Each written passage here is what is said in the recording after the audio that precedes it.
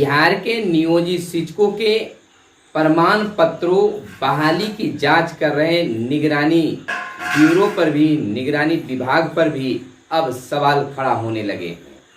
यानी कि बिहार के शिक्षकों ने निगरानी के कार्यों पर भी समीक्षा करने की मांग बिहार सरकार से, शिक्षा विभाग से, शिक्षा मंत्री से, मुख्यमंत्री से किया है।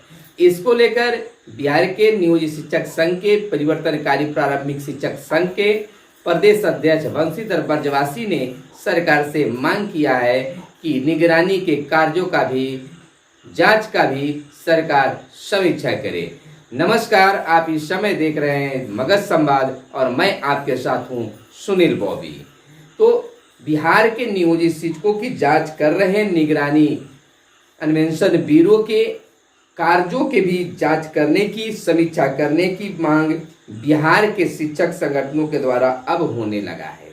यानी कि बिहार के शिक्षक संगठनों का मानना है कि निगरानी के द्वारा जो जांच शिक्षकों को इतने वर्षों से किया जा रहा है, फोल्डर जमा नहीं हुआ है, इसको लेकर बिहार के परिवर्तनकारी प्रारंभिक शिक्षक संघ के प्रदेश अध्यक्ष बंशीधर ब्रजवासी ने एक पत्र लिखा है दिनांक 20/6/2001 को, जिसमें माननीय मुख्यमंत्री बिहार सरकार, प्रधान सचिव निगरानी विभाग बिहार पटना, प्रधान सचिव शिक्षा विभाग बिहार पटना, निर्देशक प्राथमिक शिक्षा निर्देशक को पत्र लिखा है, जिसमें मांग किया है निगरानी विभाग द्वारा जांच में वैध पाए गए शिक्षकों को वैध शिक्षक का प्रमाण पत्र जारी करने एवं शिक्षकों के प्रमाण पत्रों की वैधता की जांच करने वाले निगरानी विभाग के पदाधिकारियों के कार्यों की समीक्षा करते हुए प्रमाण पत्रों की वैधता और अवैधता घोषित करने वाले पदाधिकारियों का विवरण सार्वजनिक करने की मांग किया है। संबंध में पत्र लिखा है।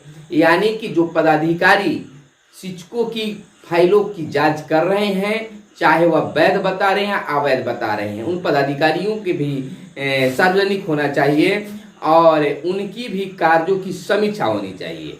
यानी कि एक नया मोड़, नया ट्वीट अब बिहार के नियोजित शिक्षकों की जांच में आ गया है। बात भी सही है। देखिए, लगातार पहले 1 लाख कुछ शिक्षक की बातें कही जा रही थी कि फोल्डर फाइल जमा नहीं हुआ है, और अब जो है इसको 89,000 कहा जा रहा है, कभी कम कभी बेसी, कहीं किसी कुछ और, बहुत सारे मामले विभिन्न जिलों से उठकर सामने आ रही है। पहले हम पत्र पर चर्चा कर लेते हैं कि परिवर्तनकारी प्रारंभिक शिक्षक संघ के प्रदेश अध्यक्ष बंशीधर ब्रजवासी के द्वारा मुख्यमंत्री, शिक्षा विभाग और निगरानी ब्यूरो को जो पत्र लिखा गया है, मांग किया गया है, उसमें क्या क्या दर्शाए गए हैं।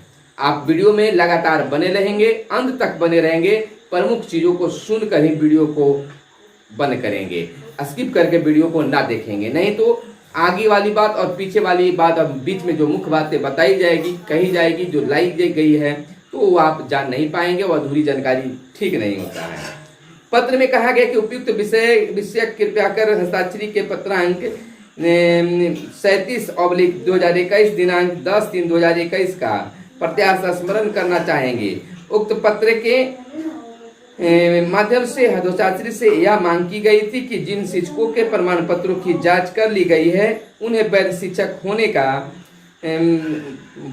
होने का प्रमाण पत्र जारी किया जाए, ताकि उन्हें बार बार जांच की स्थिति से सामना नहीं करना पड़े, प्रताड़ित नहीं होना पड़े। इसको लेकर अनुरोध के आलोक में अवधि उक्त कार्रवाई लंबित है। इस बीच निगरानी द्वारा सभी जिलों के शिक्षकों के प्रमाण पत्रों की जांच के क्रम में तरह तरह के संशय की स्थिति उत्पन्न की जा रही है, जिसके स्वयं निगरानी अन्वेषण ब्यूरो के कार्यशैली पर प्रश्न चिन्ह खड़ा हो रहे हैं। मैंने पहले ही बताया है कि अब निगरानी अन्वेषण ब्यूरो का जो है, उनके कार्यों पर भी अब उंगलियां उठने लगी है, यानी प्रश्न चिन्ह खड़ा होने लगा है। यह बिल्कुल बात सही मांग किया गया है कि जिन शिक्षकों को आप वैध घोषित कर रहे हैं, तो उनका भी नाम क्लियर कर दीजिए कि कौन वैध है और कौन अवैध है, और उनका एक प्रमाण पत्र दे दिया जाए कि इनकी बहाली वैध है, इनका सर्टिफिकेट वैध है, कि कम से कम आने वाले दिनों में भी फिर जांच के लेकर इनको फिर प्रताड़ित नहीं किया जाए।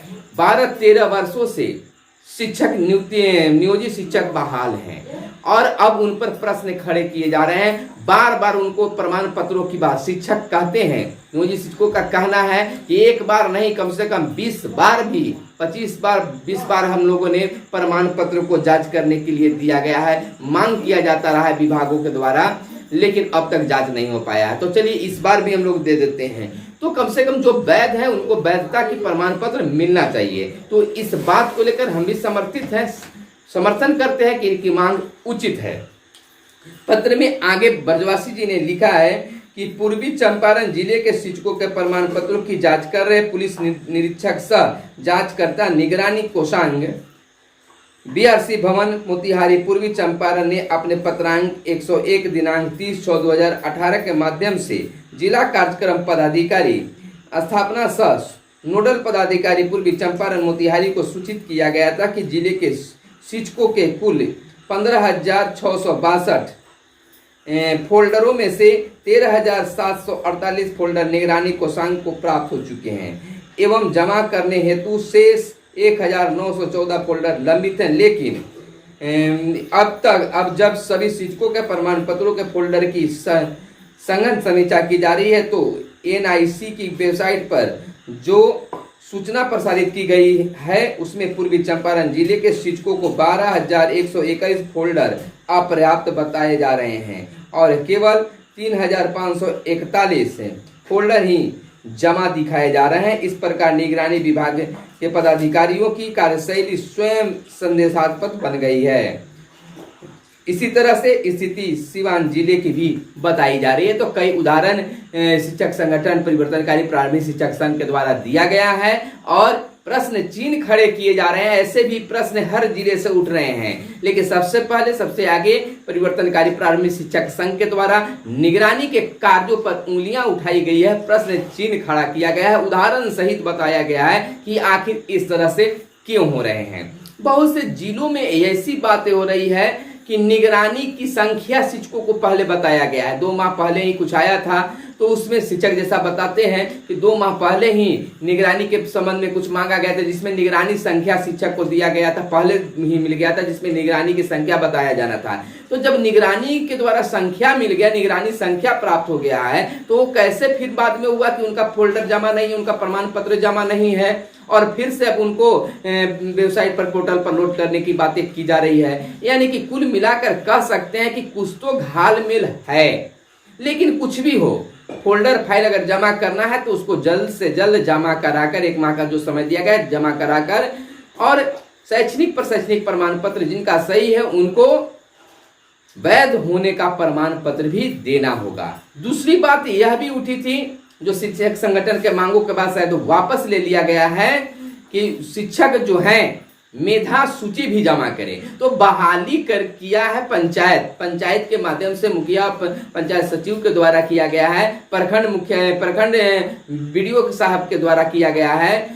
तो वहां से मेधा सूची या कैसे प्राप्त करेंगे? जो बहाल किए हुए उनके यहाँ मेधा सूची होगा, न कि शिक्षकों के पास में होगा। शिक्षक कहाँ से मेधा सूची को करेंगे? तो इस तरह की कई चीजों को शिक्षक के मध्य थोप कर शिक्षकों को एक शोषण करने की यह प्रक्रिया बताई जा सकती है। यानी शिक्षक को परेशान करने का एक हथकंडा है। अरे शिक्षक क्या दे सकते हैं? शिक्षक दे सकते हैं तो अपना शैक्षणिक प्रशैक्षणिक प्रमाण पत्र देंगे और एक बार नहीं बल्कि जब तक सर्विस रहेगा, जब तक सरकार मांग करेगी, विभाग मांग करेगी, शिक्षक देते रहेंगे। ऐसी बात नहीं, क्योंकि उनका अपना शैक्षणिक वह खुद पढ़ाई किए तो उनके पास में शैक्षणिक प्रमाण पत्र होगा और अगर उनका भूल भी जाता है तो वह बोर्ड से निकाल लेंगे। लेकिन जो इनको मिला ही नहीं, अगर ऐसी नियम रहता कि मेधा सूची बनने के बाद में जो बहाल होने वाले अभ्यर्थी उनको भी मिल जाए तब तो उपलब्ध होता।